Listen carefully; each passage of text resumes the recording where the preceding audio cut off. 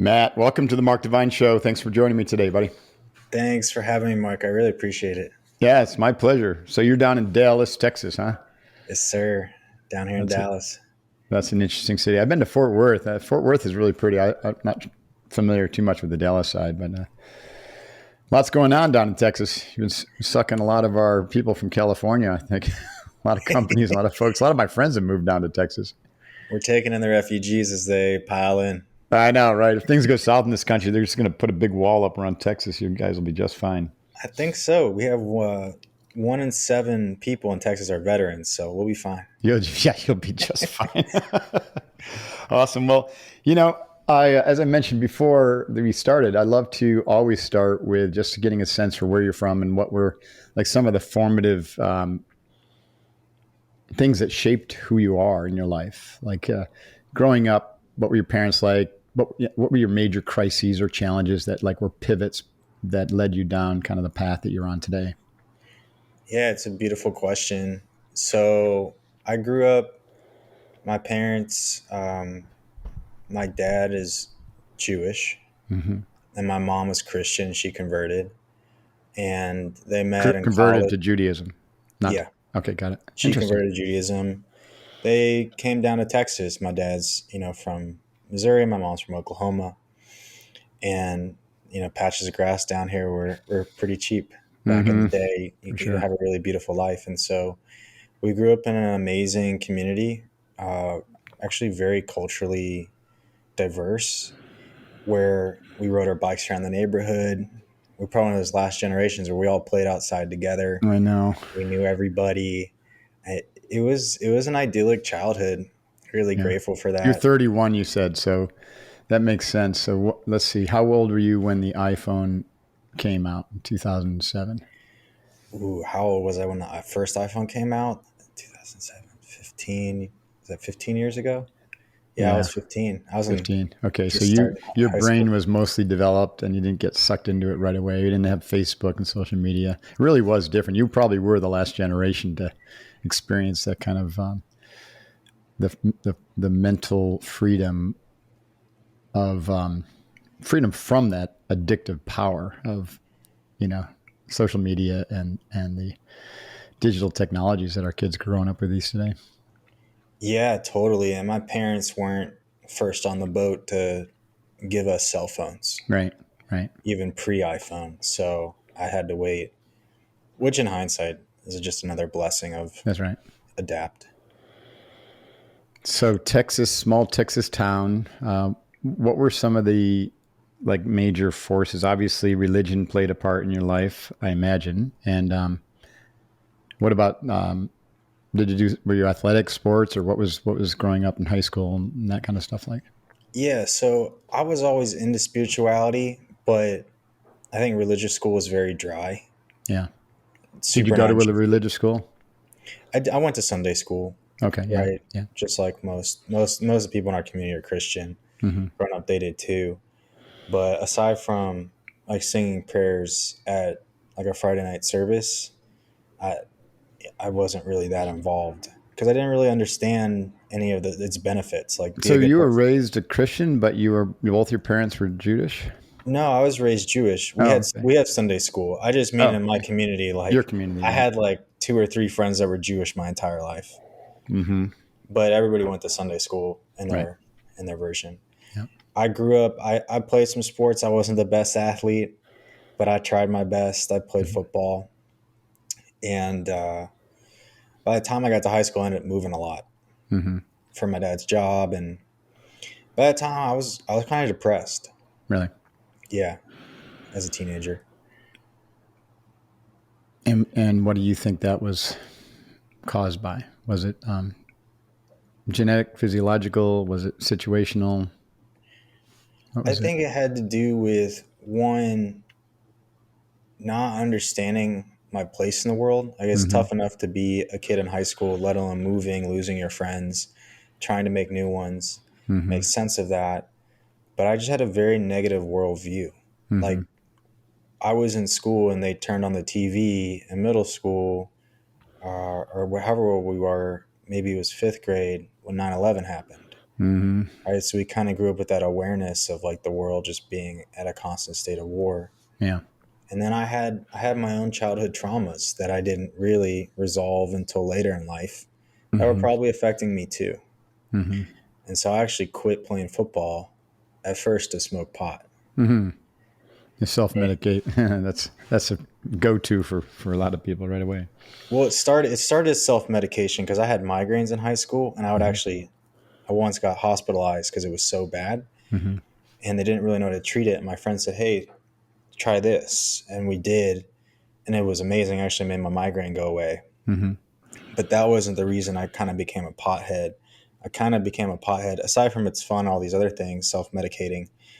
I was trying to fill a hole, Mm-hmm. and so I more abused marijuana than used marijuana. Mm-hmm. Yeah, Yeah. Well, I totally get that. I think alcohol was my thing to fill that hole. was it? Yeah, yeah, because that was my family's thing, right? And it's gone back multiple generations, so it works until it doesn't. Right? Did you have a point where it kind of boiled over? Well, I was for me, I was extremely disciplined and athletic, and so I always tricked myself. In high school, I had 12 varsity letters, and so I didn't really drink every day. I didn't. It wasn't like I was. I wasn't doing anything that normal kids didn't do, but I didn't really have a shut off valve.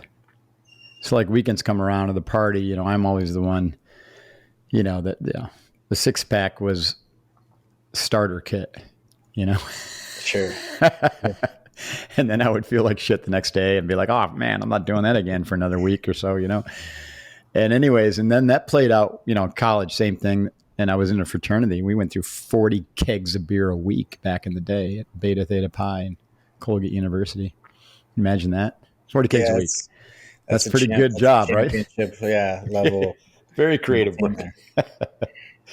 Yeah, and then of course, you know, my work in New York City. I got my MBA and CPA. I was getting my black belt, and so I was extremely disciplined. But on the weekends, I just blow it out. And then in the Navy, that finally caught up to me. I just like, because you go out and you're training for 6 weeks straight, and you're not touching anything, and then you come home and your body's all pure, and you just but you're ready for the whole setup with that kind of alcoholic behavior is like you're ready for a reward, because you've been busting your ass.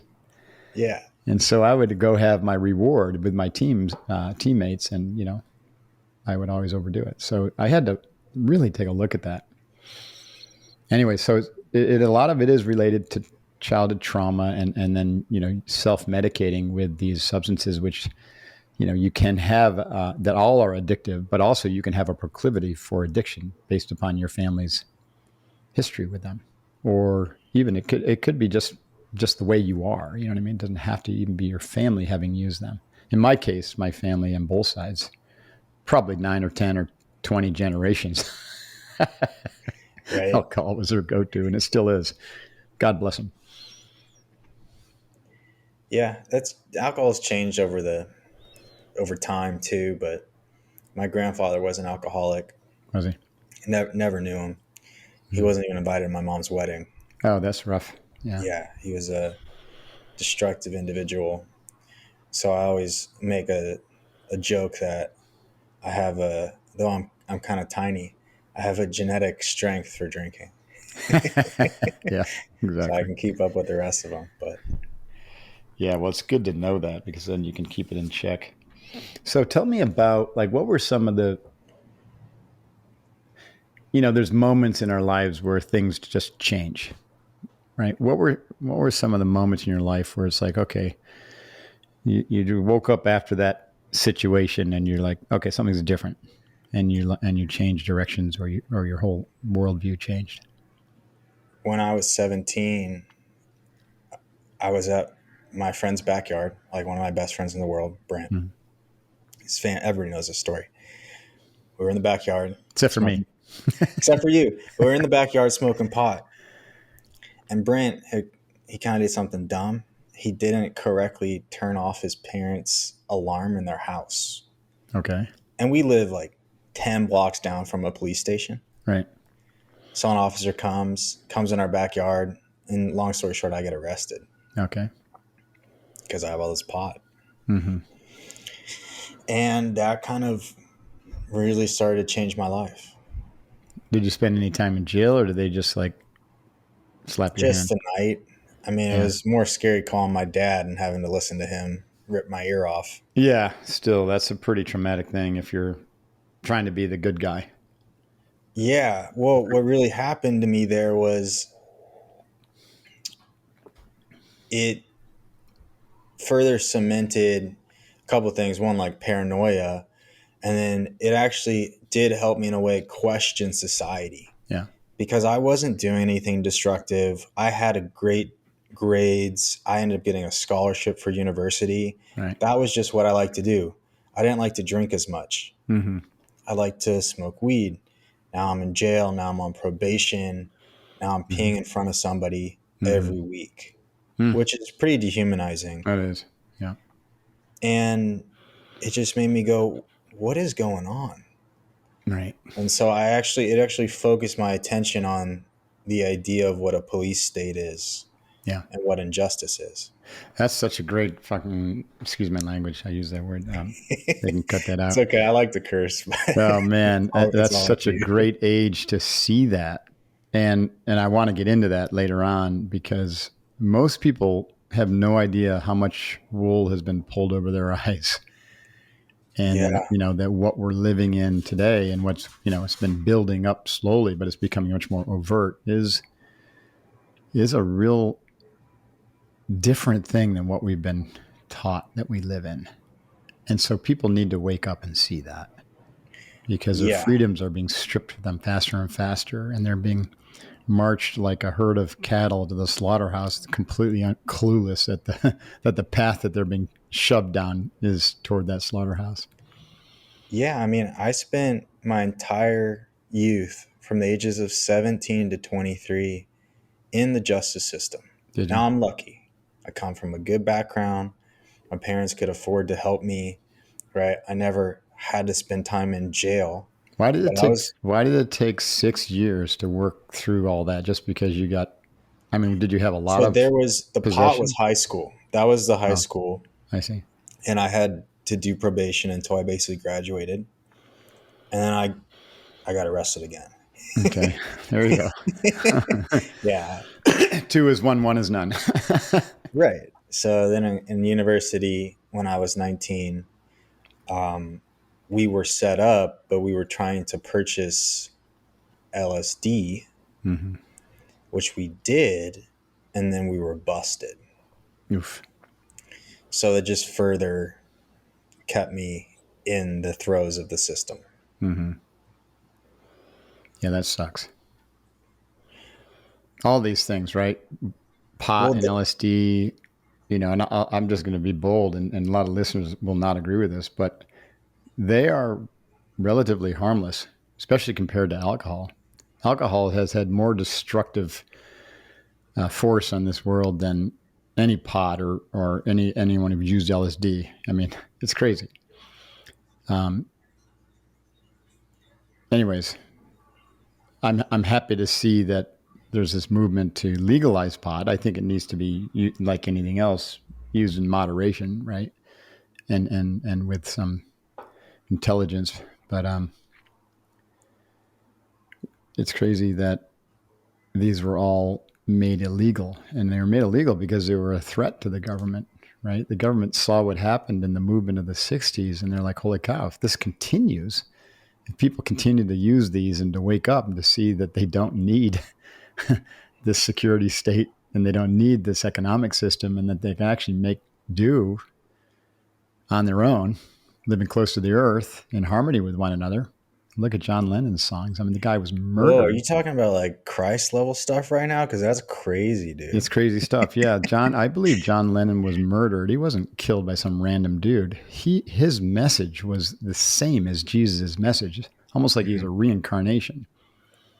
If you listen to Imagine All the People, What an extraordinary message. Imagine a world with no religion. Yeah, John Lennon Imagine was the man. he was the man.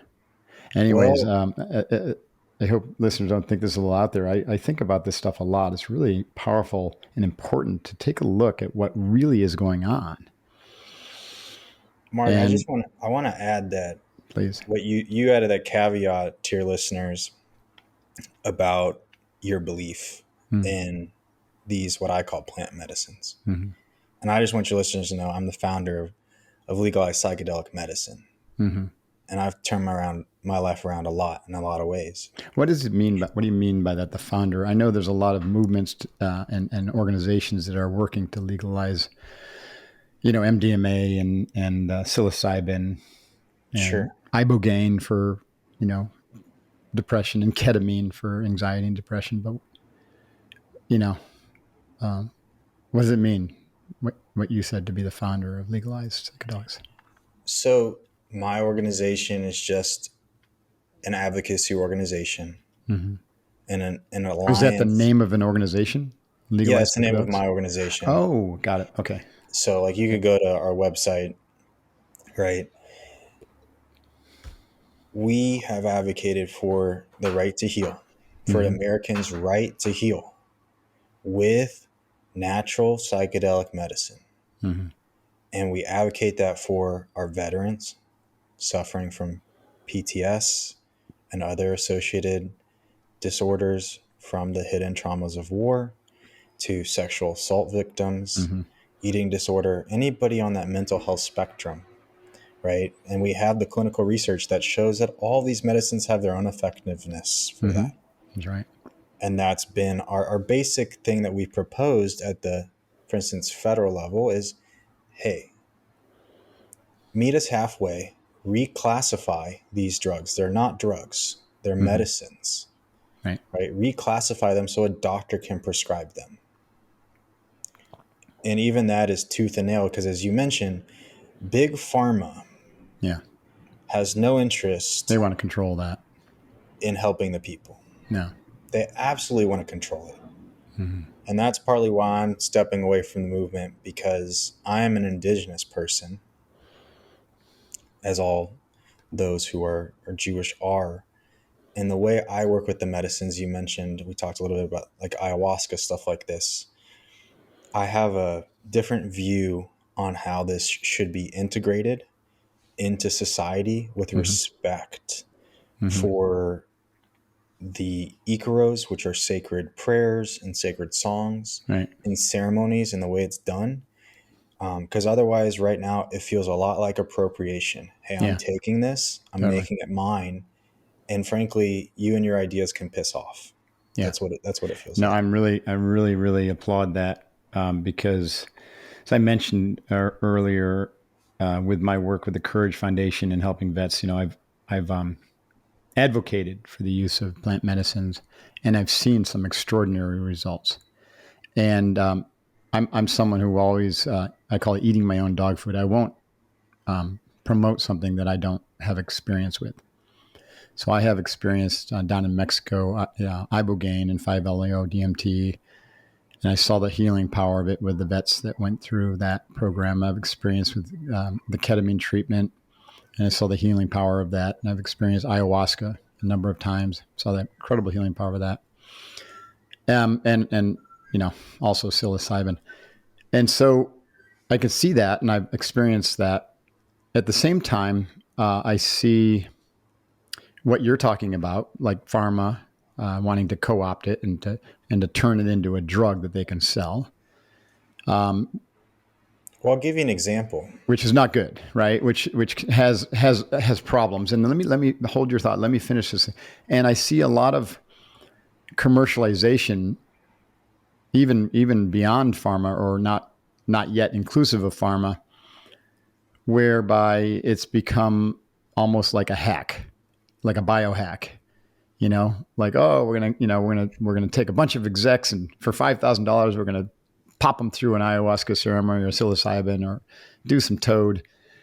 And I see a lot of these self-proclaimed gurus conducting these events without the ceremony, without the very intense mental and psychological and spiritual preparation that and intentional work that is required to go into one of these events, these ceremonies, without the ability to truly hold the space and protect the space of the participants, and without the follow-on aftercare with the therapeutic process and the integration.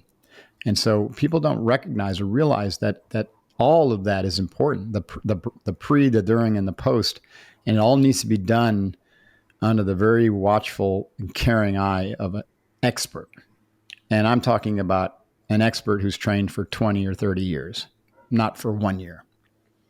Anyways, I'll get off my soapbox there, because and I want to ask you about this after you finish your other thought, a lot of harm can come out of doing these things improperly or for the wrong reasons. Or if you don't have the right ego development, if you have a fractured ego from childhood trauma, there's a lot of harm that could come from doing psychedelics. I know I just said a lot there, so you digest that, kind of respond wherever you feel appropriate. Yeah. I'll add this tag, which is I follow a lot of the developments across the country. And so for listeners, if they don't know, Oregon was really the first Right. state to pass some type of legalization for psilocybin. And the group behind that was really a cadre of kind of business-led individuals. And Paul so, Stamets was part of that thing, right? yeah, and there's a Mm-hmm. bunch of big names and authors. I'm Mm-hmm. sorry, I have some construction, so you may have some feedback That's all right. on this. The the attention there was to basically create a bill where you could have medicalized facilities, right? And a bunch of other options to serve psilocybin to help people. Now, once things become active, right, everybody's got their piece of the pie. And even though things should progress, it's been very slow in terms of developing the regulations for that Right. and manipulations, right? It's just politics. Mm-hmm. But the latest estimate was that one treatment with psilocybin would cost thousands of dollars, like $3,000. Now, Wow. maybe that's covered in some part by insurance, but that's nuts. To It is give you an nuts. idea, to grow mushrooms, whatever, that mushroom that they're giving you maybe costs $5, Yeah, if that. if that. That's how easy and prolific they are to produce. Then your service is all that other stuff. Like I have a center in Ecuador. We charge $1,500 for a 10-day retreat. Mm-hmm. Now you got That's to fly amazing. there, Yeah.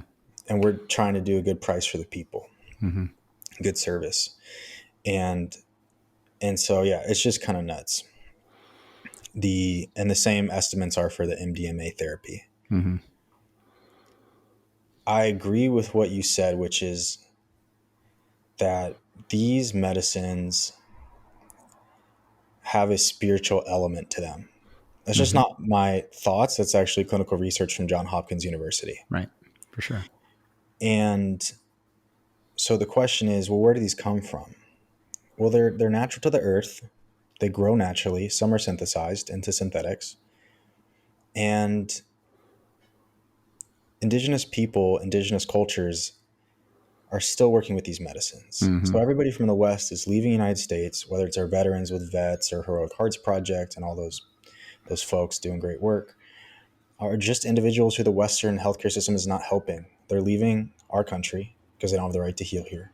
Right. They're going to these tribes, and people may have an association with that, but really indigenous persons that know how to live in harmony with nature, Right. and they're finding healing. Mm-hmm. That's amazing. It is amazing.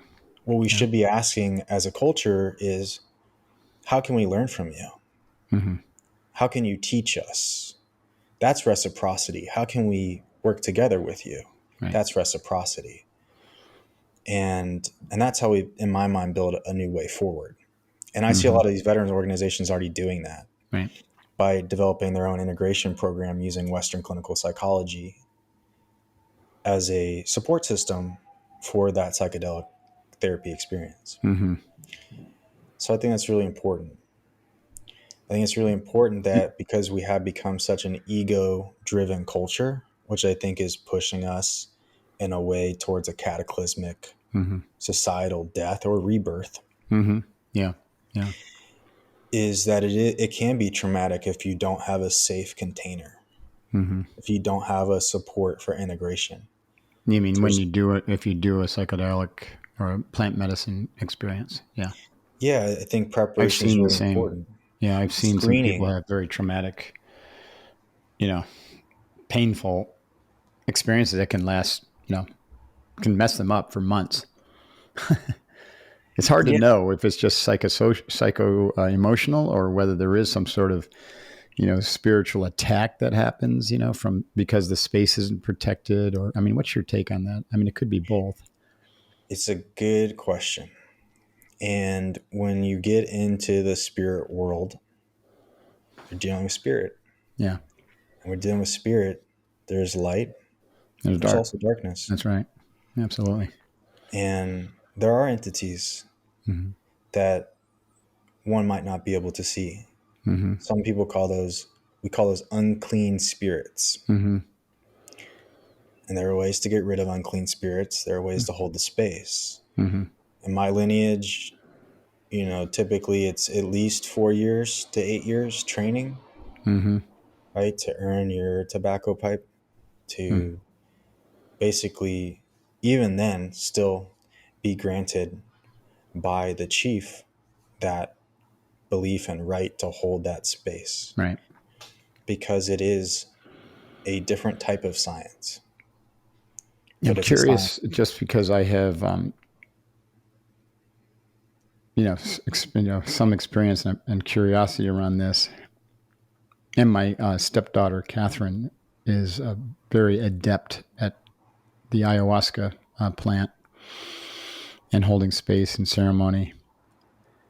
But, I understand that, obviously the stronger and the more light an individual is, the more aware, let's just say, the more evolved, the much less likely an unclean energy or spirit is going to, be able to even approach, right? So the only way that it happens is if an individual is very confused and weak, or if they invite it in. Because I've literally been in a room with an individual and there were psychedelics happening, and I just ran out, as soon as this happened. I was like, okay, this is a clear sign that this is an unsafe environment. Where he claimed that he was actually Arjuna, right? That was the name, and Arjuna was a entity that was occupying him,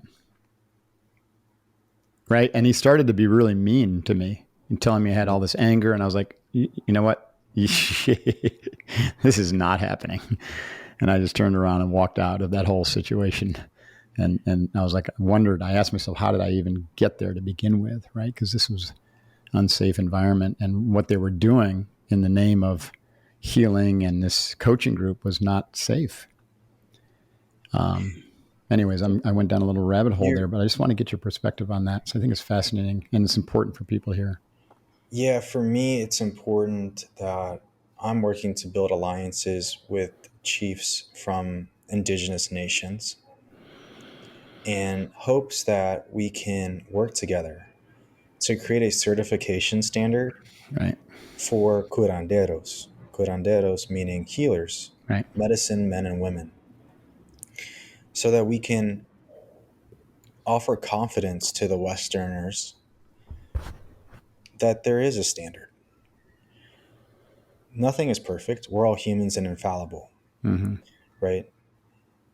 So that's important to note. And there's a reason why we do certain things along El Camino Rojo, the red path, to purify ourselves. Mm-hmm. Vision quests, which is praying in nature without food or What's the water. red path? Explain that a little bit more. Yeah, the red path, the first thing is red. So, according to the medicine wheel of indigenous nations, primarily in North and South America, Mm-hmm. the medicine wheel is made up of 4 colors: black, yellow, white, and red. Mm-hmm. Those 4 colors on a wheel represents the wheel of life, the circle of life. Those colors each represent a color of man. Mm-hmm. So black, white, yellow, red, the races of man. Interesting. These are our colors. Mm-hmm. The red path represents the red people of the Americas. Mm-hmm. So that path means it's a way of life. Mm-hmm. So their way of life, which I typically call the way of love and kindness, Mm-hmm. because their life is based on charity and love and sharing and equality and harmony Mm-hmm. with their relations, with all their relations to all of the animals, plants, spirits, air, earth, water. It's beautiful. And so that's what the red path is. Now, for them to live that way, they have various disciplines Mm-hmm. that they practice throughout their life in order to maintain that purity and sanctity of their vessel and their heart and their mind. Mm-hmm. Yeah. Yeah. And the medicines are used periodically at certain ritualistic points, like initiation into adulthood or to the warrior class, or some great changes coming or transition of a life, right? Things like that, or for intervention if it's if some sort of spirit or individual has kind of strayed off the path. Is that right? They're not used recreationally or Correct. randomly, right? Yeah, that's not part of the path, No, right? That's not. There's a seriousness of respect right, for these medicines because the indigenous perspective is that everything is alive. right. The universe is alive. That's why it gave birth to us. And the Mm-hmm. trees are, we know all these things are alive now with science. Mm-hmm. And so it's about having respect for that Mm-hmm. because they are their own entity. And though they give their life to help us remember, because we're just remembering what we've forgotten, that we're all connected, that we are nature, that we are love, God is love. John 4:8 reminds Mm-hmm. us of that. So that's the highest teaching. Mm-hmm. I would say, just so people understand, in ceremony, what happens is you typically are saying sacred prayers, sacred songs, where you're calling in. Some people don't like the idea, but you're just calling in good spirits, the angels, Mm-hmm. etc., to hold space. Because the way we look at healing in a circle is that the hurt of one is the hurt of all. So we Mm-hmm. heal together. Mm-hmm. By you healing, by me healing in a circle, we're making the whole world better. And not only that, in that circle, the real perspective is that the medicine, the plant medicine in the West, we have this materialistic mind. Mm-hmm. The medicine, the way the indigenous perspective sees it is, it's not necessarily that's what's causing the healing. The medicine is really there to honestly help you relax and open up to the prayer of healing. Right. So these healers are really they're calling in prayers and saying, hey, great spirit, hey, God, creator God, please help my brothers and sisters here in this circle. Help them heal, help them find healing. Mm-hmm. And that's what we're praying for. Mm-hmm. And these medicines, though the scientists in the West are just saying it's just this, Yeah. indigenous perspective says, no, it's not. That's No, just a part of that's it. right. The medicine is just it's just the tool or the activator. I totally agree with that. I mean, my perspective is that we are all consciousness, and suffering occurs when you mistake yourself as an individual identity, which is the human condition. The ego takes ownership of the individual, of the consciousness that's running through us. It takes ownership of it, and then it projects that out as a separate individual, separate in time and space from all others. And this is by design, but it leads to a lot of suffering. And the white man, and maybe even the yellow, I don't know, but less so the red and the black, have wandered so far from the idea of unity or all this consciousness, and we are all that, having this beautifully diverse experience, to think that individuality is so strong and so distinct that they're always in some sort of violent relationship with the world and the entire economic system and judicial system and system of medicine and even nation states is all set up to fight for your peace, for your survival, whether that's at an individual or a collective scale. And you made a comment earlier that that problem is so acute and so entrenched that it's barreling this global civilization toward a precipice because it's absolutely unsustainable. And Mother Earth will just shrug it off and say, you know what, try again. Yeah. And the We are. indigenous people will be just fine, right? And things will start over. Yeah. We have a choice, Right. right? We are at a crossroads as a Right. world. And the choices are really going to come down to, do we want to make a new world together? Mm-hmm. Do we want to embrace spiritual change and work together for a better world for our children and our children's children? Mm-hmm. Or do we want to push towards a judgment day? Right. Do we really want to push that far, that hard? And that also requires us to acknowledge, Mark, that we are the problem. Right. We are excuse my language, the fucking problem. Hmm. But the hope is that we can recognize we're also the solution. Mm-hmm. It's a choice. And so we have to start taking responsibility. All those concepts you just talked about, some might say the best description for that is colonialism. Mm. Yeah. It's a system of take, control, Right. ownership. And the indigenous perspective is so opposite of that. It's Right. just based on sharing. Right. And to me, that's what Christianity is.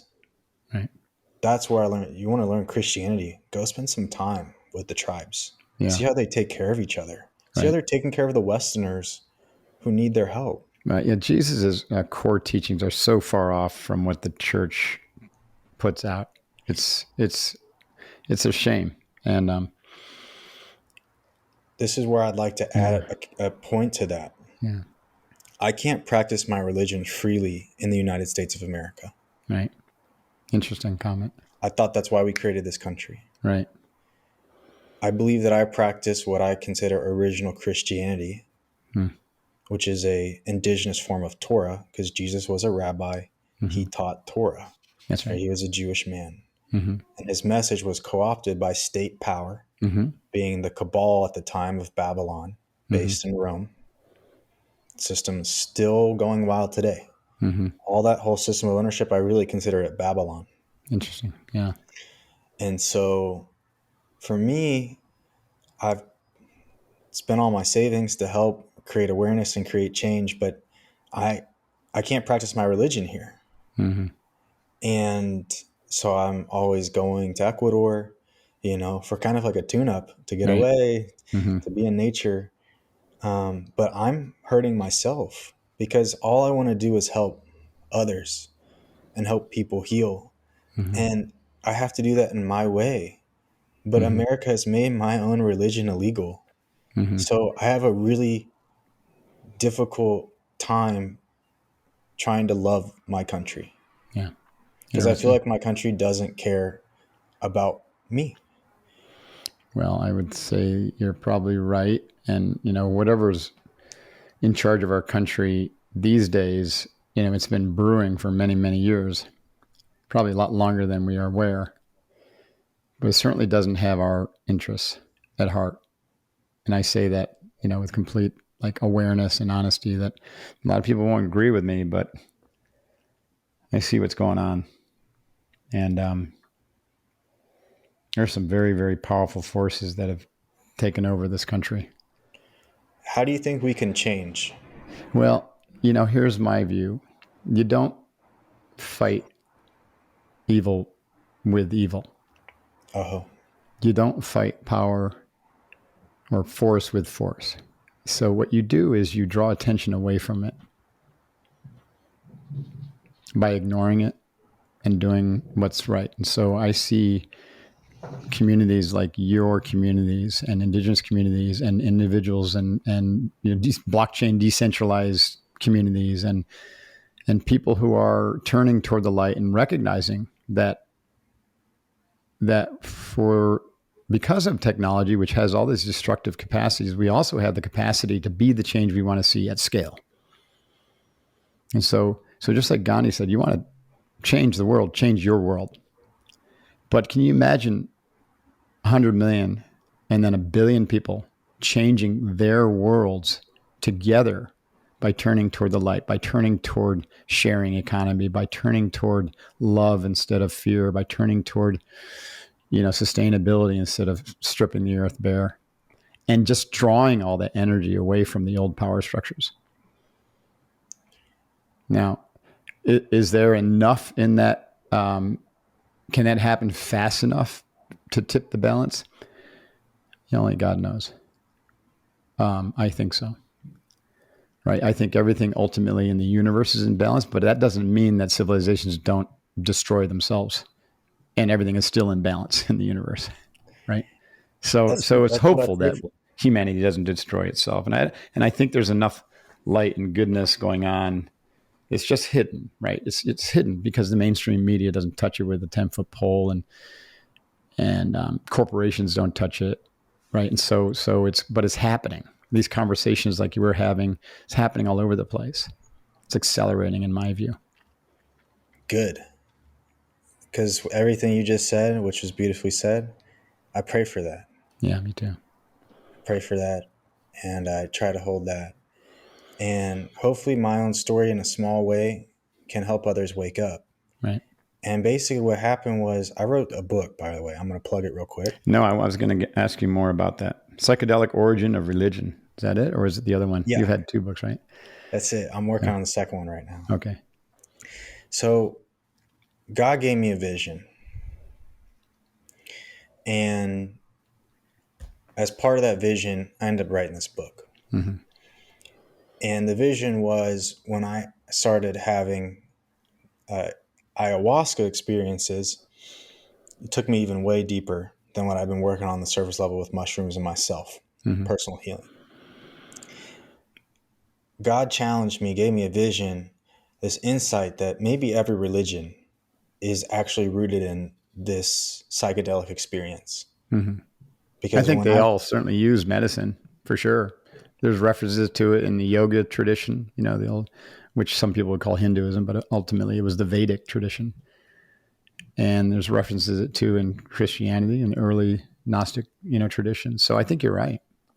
Yeah. Well, here's the craziest part of my book was learning that not only is every religion rooted in this experience, and not only do these psychedelic experiences pave and lead the way for their belief in reincarnation or in eternal life and salvation, was that the life of Yeshua HaMashiach, Jesus the Christ, being the anointed one. Most Christians, they never ask this question, which is funny to me. So Jesus comes back to his hometown to start preaching. He's 30 something, and nobody goes, "Hey Jesus, where have you been for the last 17 years?" Yeah, I know where he was. Well, there's tons and tons of references of him being in India. You're right. Learning as a yogi, right? So he became an advanced yogi and enlightened master. And there's some extraordinary practices that the yogis have. And the mind can do a lot without psychedelics. And, I've had, even though they existed in the ancient yogi tradition and in the Ayurvedic, I should say, some of the most advanced yogis who were presented with LSD and these things by Westerners and explore and say, okay, yeah, like Ramana Maharshi is a great story. Some Westerners who were students, brought him LSD and it gave him like serious dosages because it just had no effect on him. And finally, he just opens his eyes and looks at him and goes, "Oh, I see. You want to feel powerful." I see. You want to feel powerful. And so he was warning them that they were using it improperly, right? For a spiritual awakening and the problem that a lot of those, if you use psychedelics as your spiritual practice, then your ego will co-opt it. Yes. And you get what's called a spiritual bypass. And suddenly the ego I in you suddenly thinks it's God or godlike. as Yes. opposed to using the medicine to heal the mind, the emotional body, and to integrate spirit to experience the God in you beyond the ego. This is a consequence again of our materialistic kind of programming that more is better. That's right. That's kind of how we Exactly. think of things. More money, everything, more, more, more. Yeah. The other thing I'd like to add is that people might go, "Oh, Mark, people have said that about Christ, but is there proof?" And there Mm-hmm. is proof. I think so And too. it lives in the Isha document. Isha is a sacred name that was assigned to Christ. In the Hemis Monastery, in Ladakh, which is the northernmost part of India, Mm-hmm. of which there are two that are made, and that is run by the Drukpal Kaigu lineage, Mm. Nice. of which that lineage I am working with one of the lamas from that lineage and hopes Nice. to go access that document in 2024. Oh, I'd love to learn more about that, maybe offline. I have come across a reference in numerous occasions. I've studied with yogis who know where Jesus did his work. And like he's even listed in the lineage of one of the most famous American, yogis who taught in America, Paramahansa Yogananda. Like Yes. he's known as part of the lineage. He is revered in India He's as a revered in Buddha. India as a master. And His names are, one of his names that he was given was Isha Putra, Ishaputra, I've never heard that. which translates to son of God. Yeah. Why did he come back and go, I'm Moshiach, which means Messiah in Aramaic Hebrew? Because they were like, this guy's Buddha. Yeah. He was considered what's called an avatar, Yes. right? So that the avatar concept is some spirits, like the average human, is on this ascension journey, and you just keep coming back in reincarnation to to basically deal with the karmic energies of your past and to learn, to evolve, to experience. But if you have an entity that has basically completed all that, a being that has completed all that, and then has the ability to merge back into oneness with source, there may be a time where they're called like on a mission. They don't need to reincarnate. They don't need to come here to experience, Jesus didn't need to come here to experience martyrdom. That was just what was called for, right? To seed the knowledge. Now the knowledge got distorted and co-opted by the church, but that was foreseen, right? And it was Yeah, it's in probably known that it scripture. would take several thousand years to play out, but Yeah. so that's what an avatar is, and he was considered an avatar along with the Buddha and a few others that have been. Now, today, because of false teachings, and the Trinity is one of them, Mm-hmm. most Christians relate to Christ as the only avatar, That's right. right? There's only The Christ. only Son of God. God doesn't exist in anybody else. It's something that's out there, and you need the church as a liaison. It's total bullshit. And that the reason that's wrong is it's not that Christ was an avatar. He is. It wasn't that he's Messiah. He is Messiah.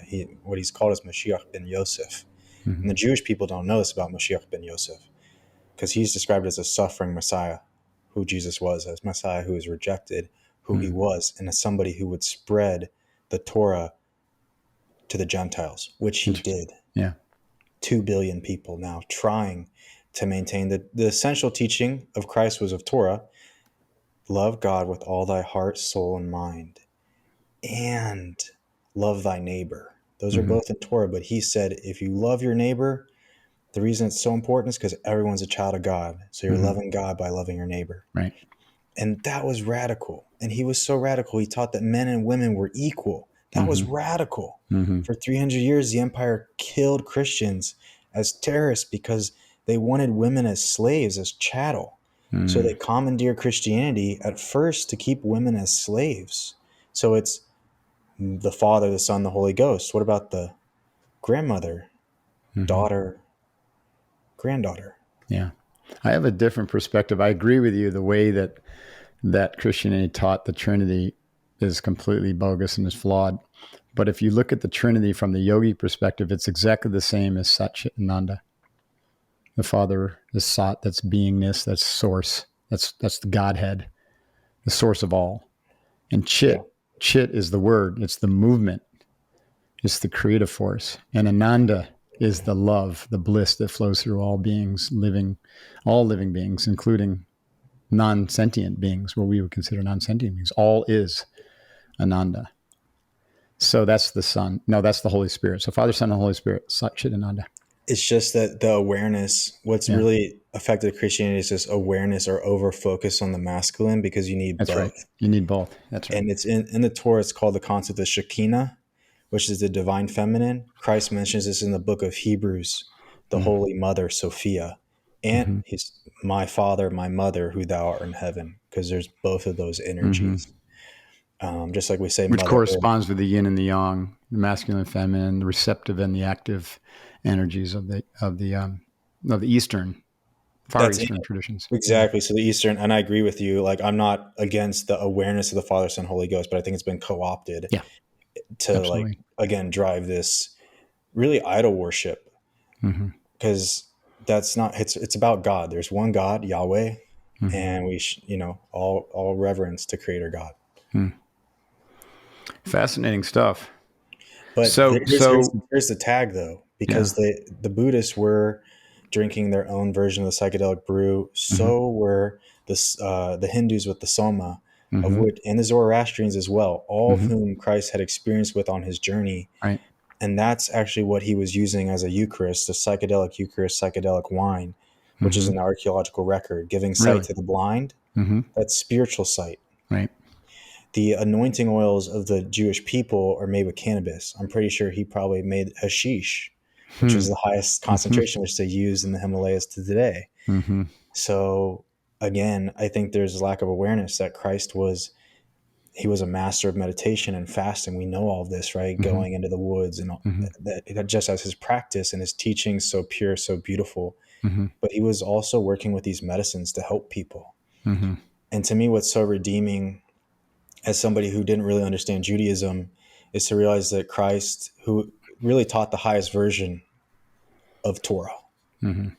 And to me, that's redeeming and awesome to tell Christians, like, hey, like, this is awesome. We need to go back to, like, these psychedelic rituals and healing. And then the same thing on the Jewish side of, like, hey, we actually should really learn from Christ and his Mm-hmm. life, Mm-hmm. right? To help reform, because the Jewish people are just as lost, I feel like, as the Christian people. Mm-hmm. Yeah. Well, because the institutions have become bureaucratic and power structures. In the Western world, any bureaucratic power structure leads basically to the ascension of the most power-seeking people who Yeah. are not the ones that are seeking the truth, right? They're operating to seek their own aggrandizement and their own power. Anyways, so we don't need to go down that rabbit hole anymore. It's gonna have to change, right? And I think the work you're doing is awesome, and I really applaud it. There's many different ways that people will come to this truth. There's many, thousands of points of light out there, and I encourage all the listeners to start exploring and investigating, poking holes in the dogma and the stories that you've been told.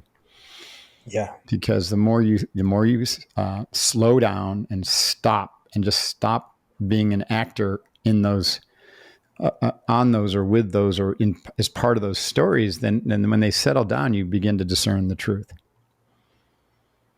The truth is inside of us all, but we're just way too busy and distracted and have had this massive conditioning of our minds that is completely hidden from us. One thing that's beautiful about psychedelics is they put a temporary pause on all that activity of your mind, and they break down some of those structures, and you can see through, at least temporarily, you can see through and discern the truth. Yes.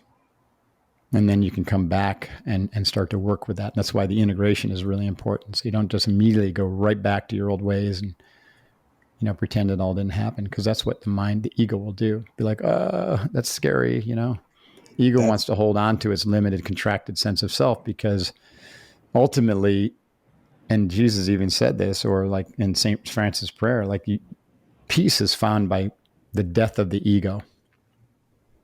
And that means death of the identification as an independent, separate being, and the recognition that we are all one with God. We all have the same source. We are that. Nisargadatta Maharaja, I am that. Or better said, that is what we are. Not ego, but source. And when we can live from that perspective, we don't lose anything. The ego thinks it loses everything. We gain everything. And then we can live in absolute harmony while applauding and appreciating and reveling in the diversity, as opposed to using the diversity to divide and further separate. That's a good sound clip. Hoo-yah. Booyah. For the meek shall inherit the earth. That's right. And the meek is misinterpreted. It's not actually a direct translation. And meek doesn't mean weak. It means humble. Yes, I'm glad you know this. Yeah. This is a mistranslation from the Greek, Right. right? That the humble, that those who have gotten rid of this ego worship, which is really to me a form of Satanism, those are the ones who will inherit the kingdom. That's interesting. I love it. Wow. Okay. So Psychedelic Origin of Religion. Congratulations. That's out in bookstores. Do you have a place that people who are interested in, your work want to reach out to you and learn more about Ecuador? How do you like people to connect with you, Matthew? Yeah, it's great. My Instagram at Haytrub, Heytrub. I have links to all of that. I have links to our center in Ecuador, links to my book, my other projects. I'm working on a movement to heal Earth. Nice. So just slowly but surely, day by day, trying to do my part. That's the best way. Okay. Yeah. What was the name? Spell that out again so our listeners who are driving. Heytrub. What does that mean? Haytrub. My last name is Weintraub. So like okay. Trub. Hey, Trub. I got it. Haytrub. I thought it was maybe some mystical term or something. Nah, it's just I've had that handle forever, just kept it. And then I have a website, heal.earth, which should have links there. Nice. Awesome. Well, thank you so much for your work and for your time today. It's a fascinating conversation. Some people probably think we're a little out there, but you know what? I don't care. Good. Yeah, that's good, right? Because we need that kind of thinking. We need people to think differently and to start taking it seriously, because most people don't recognize how sick this Western world is and the Western mind, and the healing is there. The potential for healing is there. It's right there. You just got to look for it and ask for it, and have the courage to go in that direction.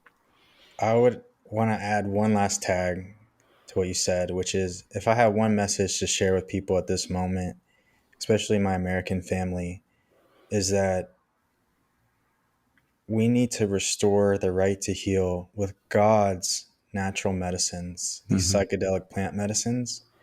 And I believe when we do that, we will put this country back on a path to salvation. Yeah. Hallelujah. Hoo-yah, as we say in the SEALs. Let's go. Matthew, man, thanks so much, my friend. God bless you, Mark. So stay in touch. Let me know how we can help. And I appreciate you. Appreciate you, brother.